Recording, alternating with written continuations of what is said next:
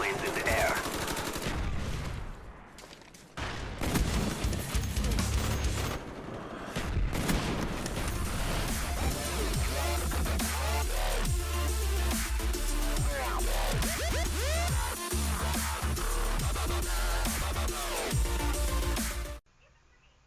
How's it going, guys? LOLyourfunnyxD here, bringing you some Call of Duty Modern Warfare 2 gameplay again. And you guys are probably getting tired of my Modern Warfare 2 gameplays, but it's alright.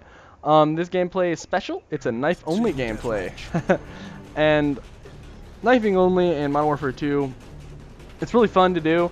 And you always got to have Commando. And I mean, for those of you out there who are all like, oh, you use Commando, you're a noob, and blah, blah, blah, blah, blah. No, Commando, if you're knifing only, why not use a perk that is strictly for knifing? I mean, alright, I understand sometimes there's some pretty bullshit stuff that happens with Commando. Alright, I won't even fucking lie there.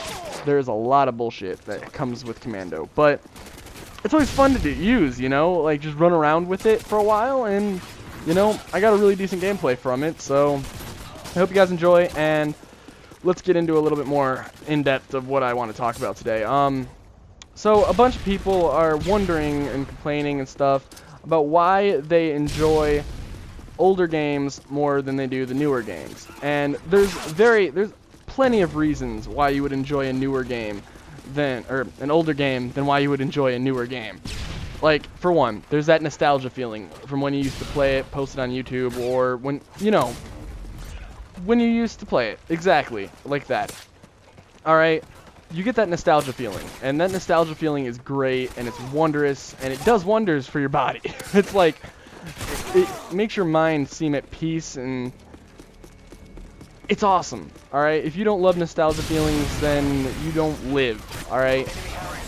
No matter what it is, if you get a nostalgia feeling from it, it's awesome. Like old cartoons, you can get nostalgia feelings from those, you can get nostalgia feelings from anything. So that's one reason why everybody is loving like older games than they are the newer ones, because newer games are coming out and they're making the games more realistical, and that's something that can kill a game, because games are made for fantasy, alright? Let's be honest.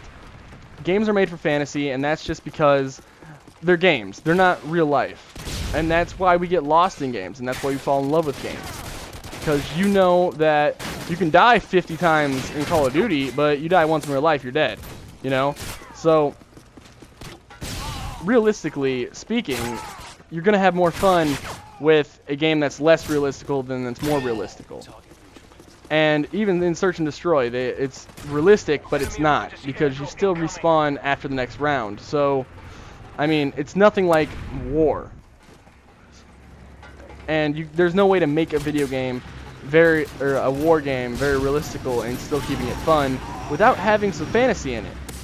And people don't understand that. Like Infinity Ward and them, they're trying to make this game that is amazing and really realistical. They got buildings falling over and everything else, and they don't need that, alright? We didn't want that to begin with.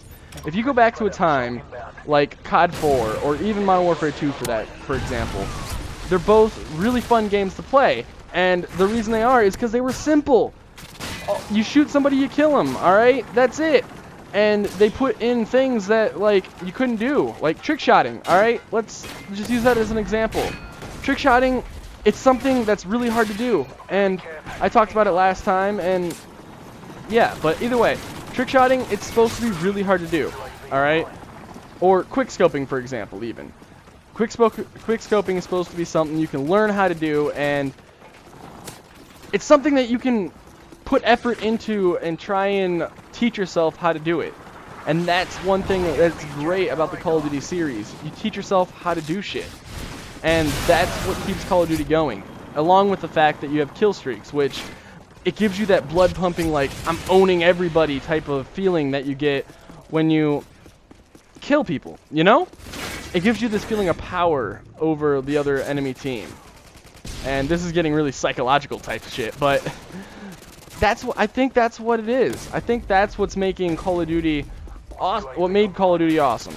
Now let's see where the downfall happened. The downfall happened back when Modern Warfare 3 was released, and they started making it way more realistic than it had to be, alright? Black Ops 2, was less realistical than Modern Warfare 3. And I think it's just Infinity Ward. I honestly do. And it's not Infinity Ward's fault, I guess, because, I mean, they had to deal with going up against EA with Battlefield 3, 4, whatever one's out. 4. It's definitely Battlefield 4. I have gameplay of it up. I should know this. Anyway, but they're having this, and they have to be able to be competitive against them and start a game that's going to be able to produce the same amount of sales as that one would, but they don't need to do that, because people who play Call of Duty because it's not realistic. And people who play Battlefield because it is realistic. There's a difference there. And that's why people are switching over to Battlefield, because, well, if Call of Duty is going to be realistic, you might as well switch over to Battlefield, because Battlefield's a funner game. I mean, if you're going to go realistical, you might as well play Battlefield, because Call of Duty Ghost fails at being realistical and fails at being even entertaining at some points. And I think that's all the time we have for today. Hopefully you enjoyed. If you did, be sure to leave a like. It helps me out a lot, and I like getting likes, so I'm a like whore. Anyway, peace, guys.